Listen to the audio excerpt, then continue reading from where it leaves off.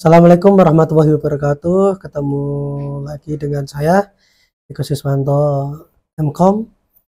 Kita sudah masuk di pertemuan ke-6 yang akan membahas tentang peluang dan ide bisnis. Namun sebelum kita mulai kegiatan perkuliahan pada hari ini, mari kita sama-sama berdoa menurut agama dan kepercayaan masing-masing. Berdoa dipersilahkan.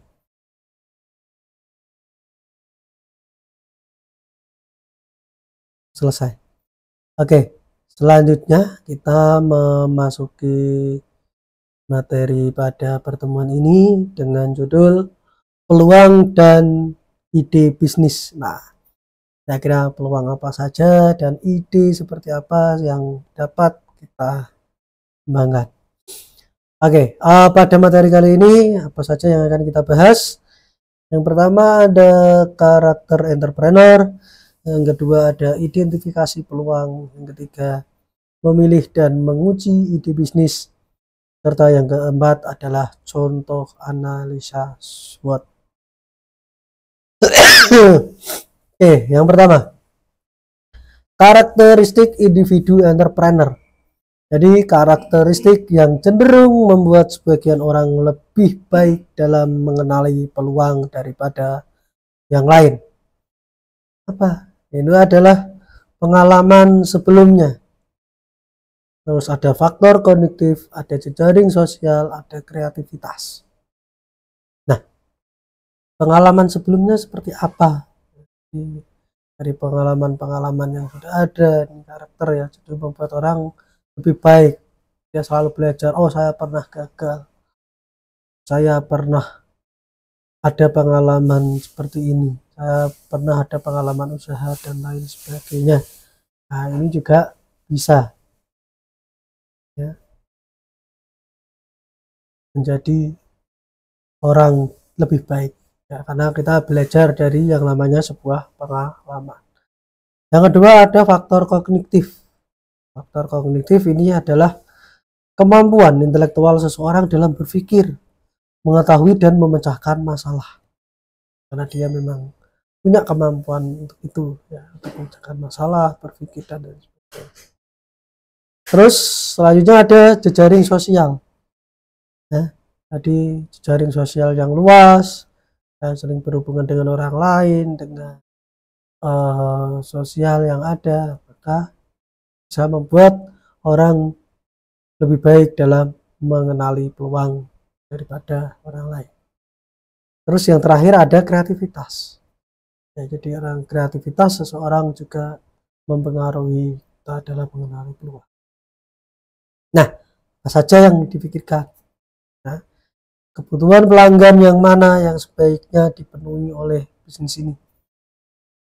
Barang atau jasa apa yang sebaiknya dijual? Kepada siapa barang dan jasa ini dapat dijual? Bagaimana cara agar barang dan atau jasa ini dapat disampaikan kepada pelanggan? Harus berpikir seperti itu ya. Ini kebutuhan pelanggan saat ini apa toh? Yang lagi dibutuhkan pelanggan saat ini itu apa? Gitu. Ya. Terus kira-kira barang atau jasa apa yang sebaiknya dijual? Pada siapa ya barang atau jasa ini dapat dijual? Bagaimana cara agar barang atau jasa ini dijual? Nah, ini harus pikir baik-baik.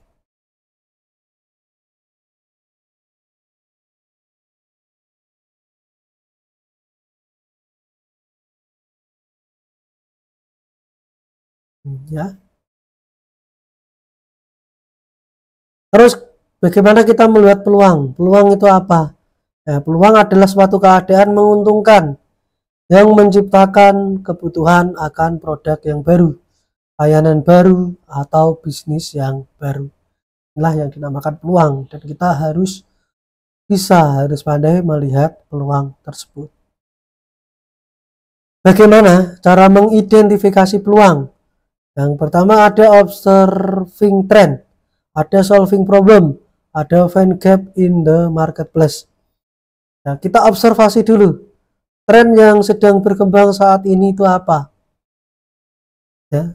Kira-kira yang dibutuhkan saat ini trennya itu apa, yang sedang booming. Kalau saya pengen menjalankan bisnis itu seperti apa, ya.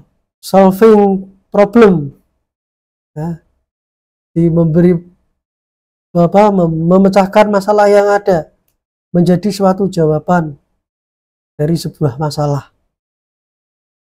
And gap in marketplace, kita lihat, kita cari yang di marketplace ini yang sedang ini apa yang benar, baru kita mengidentifikasi peluang.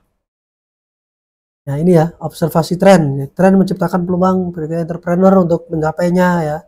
Tren yang paling penting itu apa, kekuatan ekonomisnya bagaimana, kekuatan sosialnya bagaimana, kemajuan teknologinya, politik dan perubahan regulasinya. Nah ini sangat penting untuk menyadari adanya perubahan pada area tersebut. Pemecahan masalah, ya, terkadang mengidentifikasi peluang hanya sekedar menemukan suatu masalah dan menemukan cara mengatasinya. Nah, masalah tersebut dapat ditentukan melalui observasi tren dan melalui cara-cara yang lebih sederhana seperti intuisi, suatu kebutuhan, ya, atau sebuah perubahan, ya. Gap atau kesenjangan pasar, ya, nanti risikonya seperti apa. Nah, sebuah gap atau kesenjangan di pasar seringkali tercipta ketika suatu produk atau jasa dibutuhkan oleh sekelompok orang tertentu, tapi tidak mewakili pasar yang cukup besar untuk menjadi menarik bagi para produsen. Kesenjangan produk terjadi di pasar merupakan peluang bisnis yang potensial. Ini yang dimaksud dengan gap atau kesenjangan pasar. Kita lihat risikonya, ya.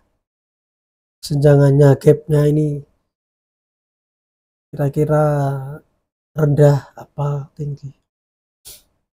Menciptakan ide, ya. Di sini ada brainstorming, focus group, library and internet research. Nah, kita bangun dan kita lihat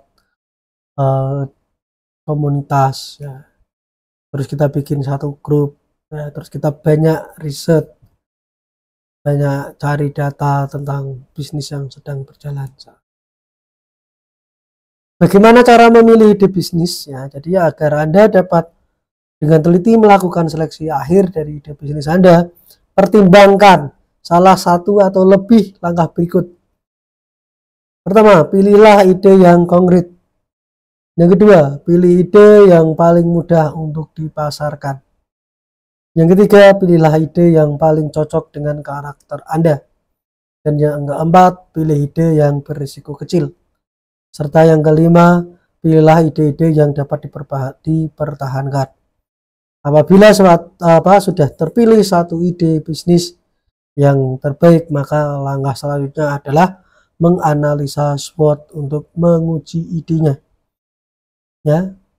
Terus yang tadi kita bisa pemanfaatan customer, kita ada yang dari, ya, in the live research, ya. Beberapa perusahaan menyiapkan dewan penasehat, ya, customer untuk bertemu secara teratur untuk mendiskusikan kebutuhan, keinginan, dan masalah yang dimunculkan ide baru. Day in the live research, sejenis penelitian antropologi di mana karyawan dari sebuah perusahaan menghabiskan waktu dengan customer. Menguji ide bisnis, ya, kita lihat ini adalah analisa SWOT. Kekuatannya seperti apa, kelemahan seperti apa, peluangnya seperti apa, dan ancaman yang kita dapatkan apa saja. Jadi kita harus tahu kekuatan bisnis kita, ya, contoh lokasi yang strategis dan lain sebagainya, itu menjadi kekuatan kita, ya. Kelemahan, modalnya terbatas dan lain sebagainya, ya. Peluang, daya beli masyarakatnya yang meningkat, ya, jadi kita harus mengeluarkan ide-ide kreatif. Peluangnya seperti apa? Ancaman pajak penjualan meningkat. Iya, saat ini pajak penjualan meningkat ini juga merupakan suatu ancaman. Nah, bagaimana kita bisa menganalisa bisnis kita nanti akan berjalan dengan lancar. Ini ada contohnya aplikasi ya, membuat aplikasi retail, membuat jasa website, membuat aplikasi jual beli. Nah, ini nanti diimplementasikan. Oke, mungkin itu untuk materi kita pada hari ini. Mohon maaf jika ada segala kekurangan. Nanti silahkan teman-teman membuat untuk tugasnya, teman-teman silahkan membuat satu ide bisnis ya, terus kasih alasan kenapa mengambil bisnis tersebut ya, terus coba dianalisa SWOT-nya di ini ya, dianalisa ya, mulai dari kekuatannya tadi, kelemahannya, kekurangan dan lain sebagainya. Itu sekian untuk materi kita hari ini. Saya akhiri. Wassalamualaikum warahmatullahi wabarakatuh.